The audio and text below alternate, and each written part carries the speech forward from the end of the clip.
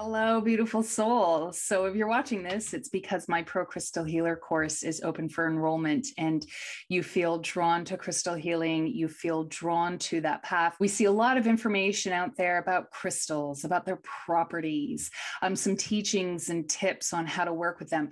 You don't hear very much, though, about the story of what it's like to be a crystal healer, what it's like to work as a crystal healer. And I've been on this path since 2005. I am a dyed-in-the-wool crystal healer. It is definitely fulfilling work. It's very fulfilling work.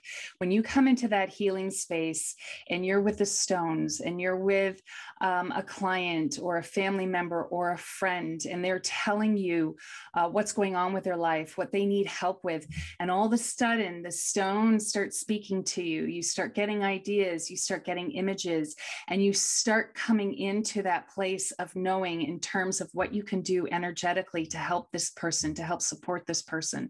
And then you start to place the stones and you come into the hum of the work, the hum of the energy, that harmonious place, and you drop into the zone.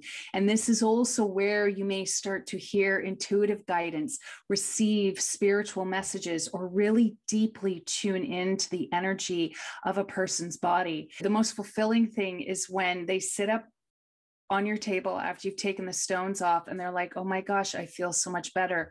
I feel lighter. I feel more hopeful. My pain is gone. I have ideas on how to move forward.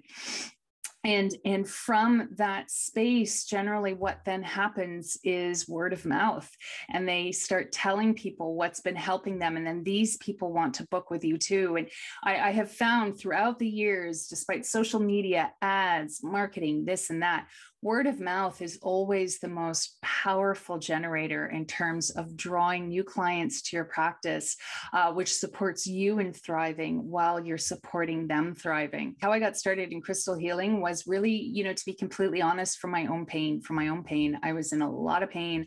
I was in a very dark place in New York City. I felt very lost. I had anxiety issues. I had depressive issues. I did not know what I wanted to do with my life. I was seeing a Reiki healer, and I was also training in Reiki because I felt drawn to spiritual healing. And whenever I asked for a sign, what should I do? What direction should I move in? My Reiki master teacher would refer a client to me. And so, I took a deep breath and I followed it. And I'll be completely honest with you. There were many challenging times on my path. People weren't as open to crystal healing then as they are now. And so I'd have people who were seeking out help but weren't sure. I'd have a lot of skeptics. I'd have a lot of challenging people.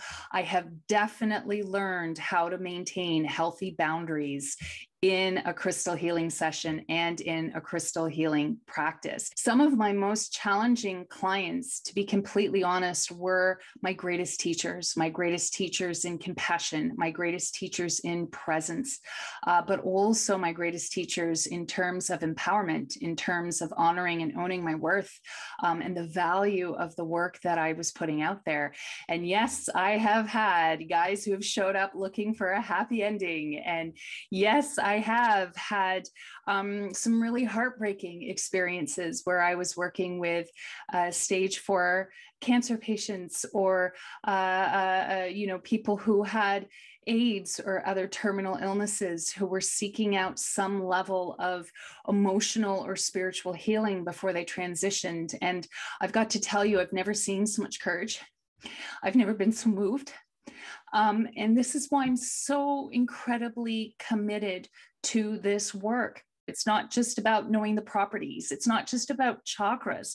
When a person lays down on your table and trusts you in their healing process, you're not looking at a bundle of chakras. You're looking at a complex human being who is either in a place of suffering or in a place of hope, and is seeking out the help and the support that you're able to give. And one of the things that I always tell my students is your job as a crystal healer is to help provide the energy and the environment in which your client can heal. Because really what we're doing is we're providing the energy, the body, the mind, the spirit needs to support itself in the healing that it knows how to do. And so with the stones, whether we're providing the energy or clearing the energy or dissolving a block that's impeding healing, whatever it might be, that's ultimately the work we're doing. That's what we're being called to do. We're also small business people. So the work of being a crystal healer it's incredibly fulfilling. It's also complex. Yeah, you do need to know a lot. You need to know a lot, not just about crystals. You need to know a lot about people. You need to know a lot about how people heal. And this is where our path and our healing process really serves us, because I maintain our greatest teacher or our greatest school as healers is our own lives, our own experience, our own healing experience. That's what starts to create our path of mastery. That's what helps lead us to finding our specialty and finding what we're really passionately engaged in terms of helping other people. I've really struggled because I've had to learn everything the hard way. But the thing is, I hung in there, and it's because I really, on a soul level, felt I had no choice. There was nothing else for me. I had to do this. I have to do this. It's my passion. It's my devotion. It's my calling. And if any of that is stirring your blood, if any of that is raising your frequency, building your energy, then I would tell you, yes, absolutely. I think you are feeling called to this path. As we look out on the world, it is very obvious that we need our healers. We do not have enough healers. And as healers, we have, our own set of challenges, because apart from learning the work, building our practice, learning all the bits and pieces that are in play with that, we're also in a world that still isn't fully open to us, that isn't fully accepting of us yet.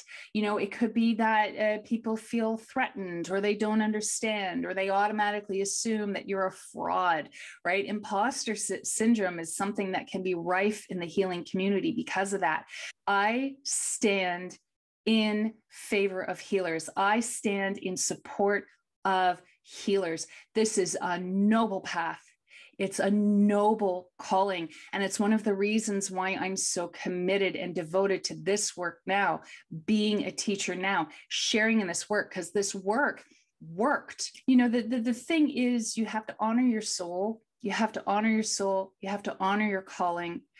You have to not listen to the fear or the doubt, and move forward courageously, because if you do, the rewards are there, and not just there for you, but for everybody you touch. So if any of this speaks to you, definitely consider enrolling in this program. Please feel free to email me if you have questions, and know that you won't just be learning how to do this work. You'll be learning about yourself. You'll be learning about your calling. You'll be learning about your path, and you'll be with a teacher and with a community that has your back 100% and that believes in you. For those of you who feel called to join, I'm sincerely looking forward to working with you and helping you blossom and helping you grow, because we need you. And I love you. I love all healers. You are such noble and beautiful people. So blessings to you on this day and on your path.